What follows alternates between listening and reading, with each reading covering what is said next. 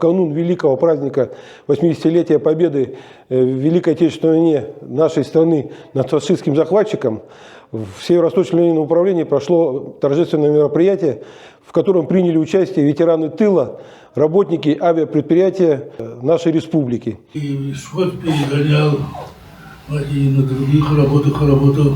Семья у нас была, во-первых, 7 человек. Дети работали наравне со взрослыми. У всех были определены нормы, и все должны были эти нормы выполнять. О каких-то детских забавах, о играх даже речи не шло. Очень строго следили за тем, чтобы те, кто работает в совхозе, ни в коем случае не имел права даже позариться или подумать о том, что можно было что-то из того, что высаживается, выращивается или убирается, можно было хоть как чуть-чуть там взять и принести домой. Сразу автоматически приходили, забирали и практически без суда и следствия расстреливали. На производстве работал постоянно, на технике, на автогрейдере работал.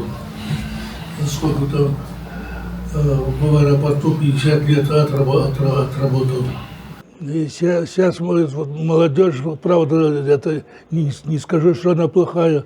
Сейчас такие все добрые, это самое подходит, это самое провожает.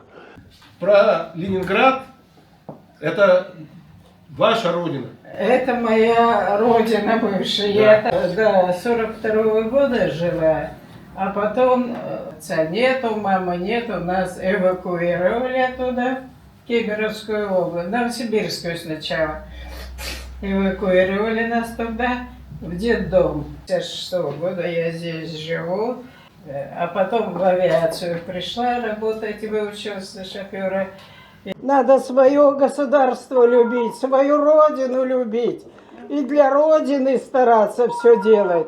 Поднимаем России знамя.